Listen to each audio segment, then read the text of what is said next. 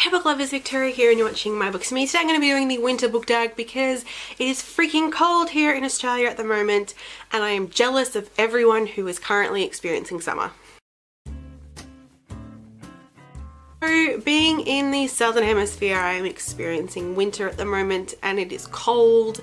I was not prepared. I do not think autumn lasted long at all because it was very hot for the first half of autumn and then we had like a nice autumn week probably, and then the cold came in and it is ridiculous. And I am super jealous of everyone in the northern hemisphere who has got like summer holidays and the sun and the beach and just the sun. I don't live in the coldest part of Australia, but it's just certainly cold right now. I also live in a house that is old and doesn't retain the heat very well, so I thought it would be a perfect time to do the winter book tag. I found a really good one. I'll link to it in the description below. I can't remember. Oh wait.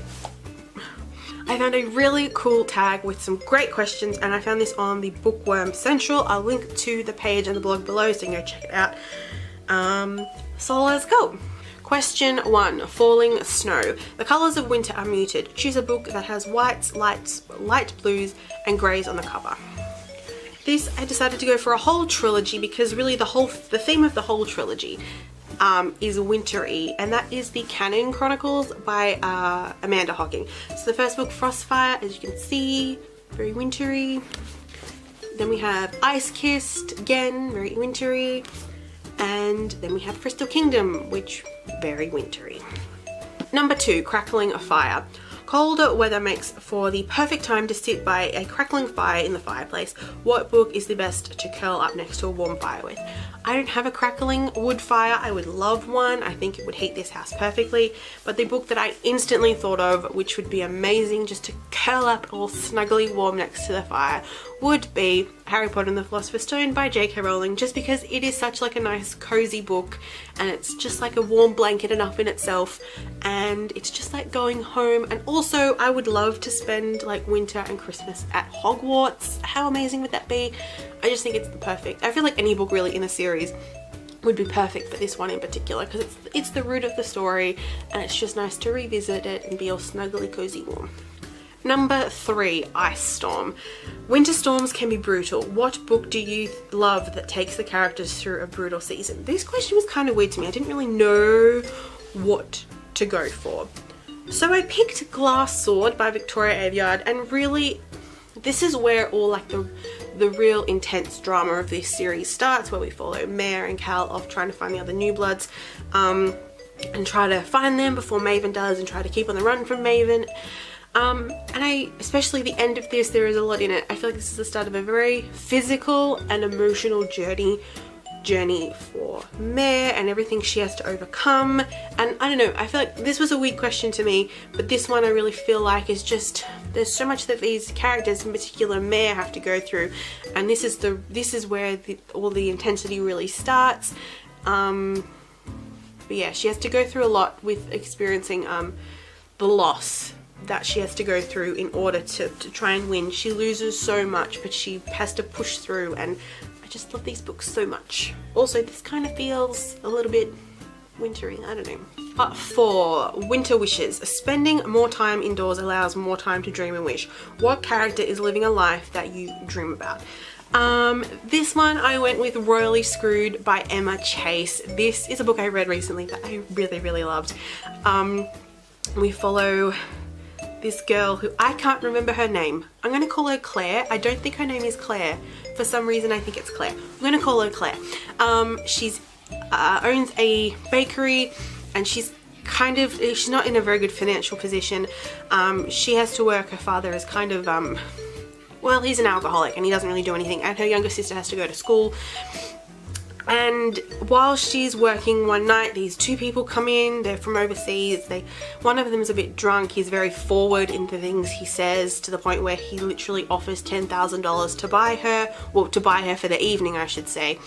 And she ends up throwing a pie in his face. He comes back the next day sober, realizing he made a huge mistake, like he's very sorry for it, and she soon finds out that he is actually Prince Nicholas of Wesco, I think that's how you say it. and they embark on a little summer romance, and they sort of have a timeline, a deadline on their relationship, because at the end of summer, Nicholas's grandmother, who is the queen, has said he has to announce who his bride is going to be, because the country kind of needs, the kingdom kind of needs a royal wedding just to lift spirits and, you know, all that nice stuff that comes with a royal wedding.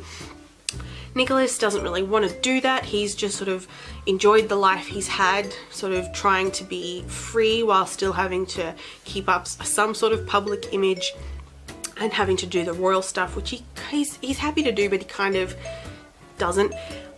They end up, Nicholas and Claire, I actually do think it's Claire, I don't know, they end up falling in love despite the fact that they know they shouldn't. They both connect quite a lot, and their relationship is really cute, but kind of difficult, kind of emotional, and I kind of wouldn't mind having Prince Nicholas in my life. Because, I mean, damn, have you seen the cover of the book? Don't we all want to fall in love with a prince? It's a really good book. I will talk about it more in my wrap up soon. Number 5, hot cocoa. There's nothing like a hot cup of cocoa during the winter. As adults, we often underestimate it. What book do you think should be the next big thing? This one was a little bit hard for me because a lot of the books I read are books that are quite hyped up and quite popular at the moment. But one that I've also recently read is Girl in Between by Anna Daniels. This is an Australian author and an Australian book. It's an adult contemporary. It was so fun. We follow our main character.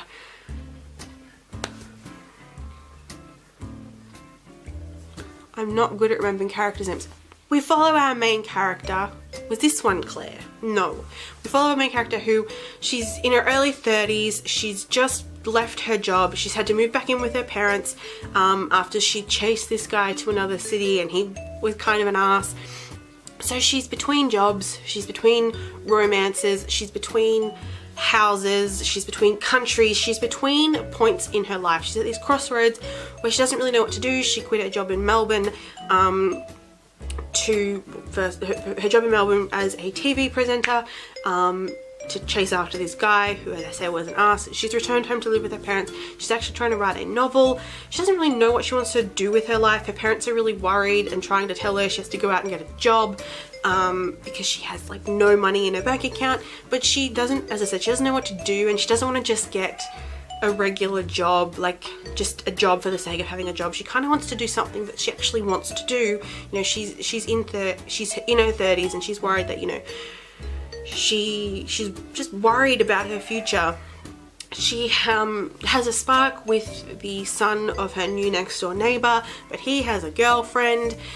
She ends up going off to Japan for a little bit. She moves with her friend to London, back to London to experience life. She's just in between a lot of stuff, trying to figure out life. And it was a really fun book. It has a really great message about, you know, being true to yourself and pursuing something that you're passionate about, even if people question it, you know, and you shouldn't be afraid to pursue it, even though you could fail, because even if it isn't a successful venture, at least you've experienced it, you've lived, and you've learned from it. It's a really great book. I'll link below to my review for it. I think it is a really good book that a lot more people should be reading, and I think a lot of people will really enjoy it. Number 6, lip balm. Soothing dry skin is part of winter for many. What book is full of soothing and comforting words? That one has to go to Queens of Geek by Jen Wilde. I talked about this book recently. I've had a whole review video for this book, but I just love that this is a book that a lot of people within this community can relate to. I in particular related to this so much. There's so many amazing messages in here that I could tell you what the messages are, but you really have to read them, because I'm pretty sure there are things in this book that other people will get from it that maybe you won't. But it's sort of very similar to the Girl in Between stuff, where it's just like, be who you are, know that there are people out there that have experienced the same things you have, who are going through that there is a community out there of people that not everyone will be accepting, but there will be people who will accept you. You know, this book was so amazing. There's just some really life reaffirming stuff in here, and even though it's stuff that you really know, it's kind of nice just to see it and see it reflected by characters who are sort of similar to you or you share same things with. I don't know, it was a really good book, and it definitely had some nice nice words and messages in it. And finally, number 7, peppermint mocha. What is your go-to winter food or drink for those reading marathons or winter? Definitely coffee and hot chocolate. It's nice to be able to curl up with a book while drinking a warm drink and just feeling all cozy and just awesome. And of course, if you're doing marathons, coffee is a must. You need coffee and caffeine to get through all the books you want to read.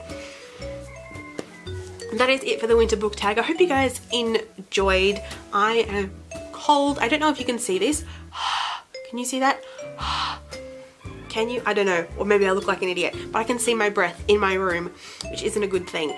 Hopefully winter... Fun fact. I saw a headline in an article recently. I didn't read the article, but it said Australia is probably going to have one of the coldest winters in 128 years. So anyway, I hope you guys enjoyed the winter book tag. If you're in the northern hemisphere, let me know if you do the summer book tag. Please don't rub in the fact that you've got the heat and the sun. If you're in the southern hemisphere, let's do the winter book tag and freeze together. Hope you guys enjoyed this video, and I'll see you guys soon with another one. Bye!